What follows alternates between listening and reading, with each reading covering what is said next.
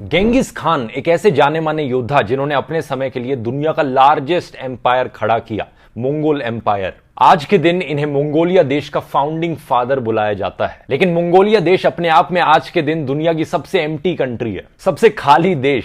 Land area के हिसाब से 1.6 मिलियन किलोमीटर जमीन मंगोलिया देश के अंदर है, लेकिन इस देश में सिर्फ 3 मिलियन लोग रहते हैं, सिर्फ 30 लाख की पॉपुलेशन है, यानी पॉपुलेशन डेंसिटी ऑफ ऑलमोस्ट 2 लोग पर स्क्वायर किलोमीटर। दुनिया की least densely populated country. Estimate किया जाता है कि इस देश के 30 से 40% लोग नोमैडिक हर्डर्स हैं। यही रीजन है कि इस देश में लाइफ स्टॉक की पॉपुलेशन 67 मिलियन है, इवन दो लोगों की पॉपुलेशन सिर्फ 3 मिलियन। आधे से ज्यादा पॉपुलेशन इस देश की सिर्फ एक शहर में रहती है, उलान बाटर, जो कि मंगोलिया की कैपिटल सिटी भी है। सब्सक्राइब का बटन दबाइए नीचे ऐसे ही और इन्फॉर्मेटिव वीडियोस देखने के लिए। बहुत बहुत धन्यवाद।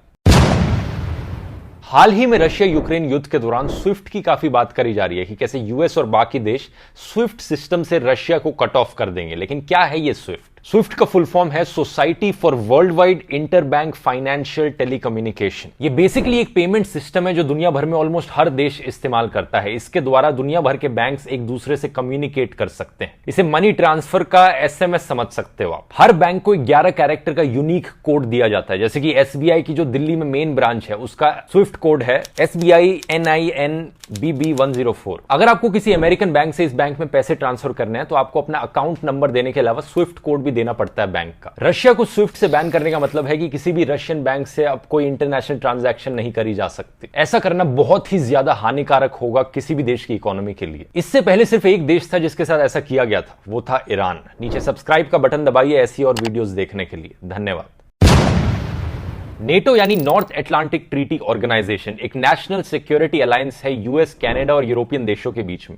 इसे साल 1949 में बनाया गया था और मेन रीजन इसके बनाने के पीछे था सोवियत यूनियन का बढ़ता इन्फ्लुएंस। यूएस का मानना था कि उसे सोवियत यूनियन से खतरा है। सारे नेटो के मेंबर्स को कहा गया है कि वो कम से कम 2% अपने जीडीपी का डिफेंस पर खर्च करें। यहीं से ही नेटो की फंडिंग आती है। नेटो के बारे में सबसे इंपॉर्टेंट चीज है इनका आर्टिकल 5, जिसे कहा जाता है कमिटमेंट क्लॉज। इसके अकॉर्डिंग अगर किसी भी एक नेटो देश पर हमला किया जाता है तो उसे ऐसा माना जाएगा कि सारे नेटो देशों पर हमला किया जा रहा है और फिर सारे नेटो के देश उस एक देश को बचाने आएंगे अपनी मिलिट्री का इस्तेमाल करके। पूरे नेटो के इतिहास में आर्टिकल 5 को सिर्फ एक बार इन्वोक किया गया था 9/11 टेररिस्ट अटैक्स के बाद, जिसका मतलब था कि नेटो एलाइज को अपने सोल्जर्स प्रोवाइड करने थे अफगानिस्तान में जब यूएस ने अफगानिस्तान को इन्वेड किया। टोटल में 30 देश आज के दिन नेटो का हिस्सा है, लेकिन ये 30 देश साथ में मिलकर दुनिया के जीडीपी में 50% कॉन्ट्रीब्यूशन देते हैं। नीचे सब्सक्राइब का बटन दबाइए ऐसे ही और इन्फॉर्मेटिव वीडियोस देखने के लिए।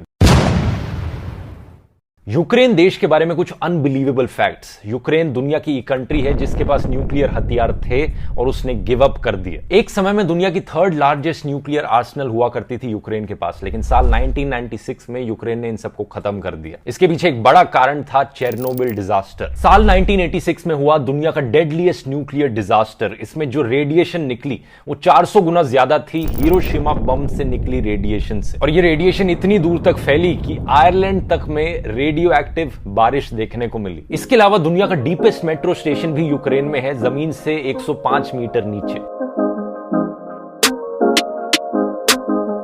फाइनली यूक्रेन का लिटरेसी रेट 99.4% है 2021 के डेटा के अकॉर्डिंग। नीचे सब्सक्राइब का बटन दबाइए ऐसे ही और इन्फॉर्मेटिव वीडियोस देखने के लिए। धन्यवाद।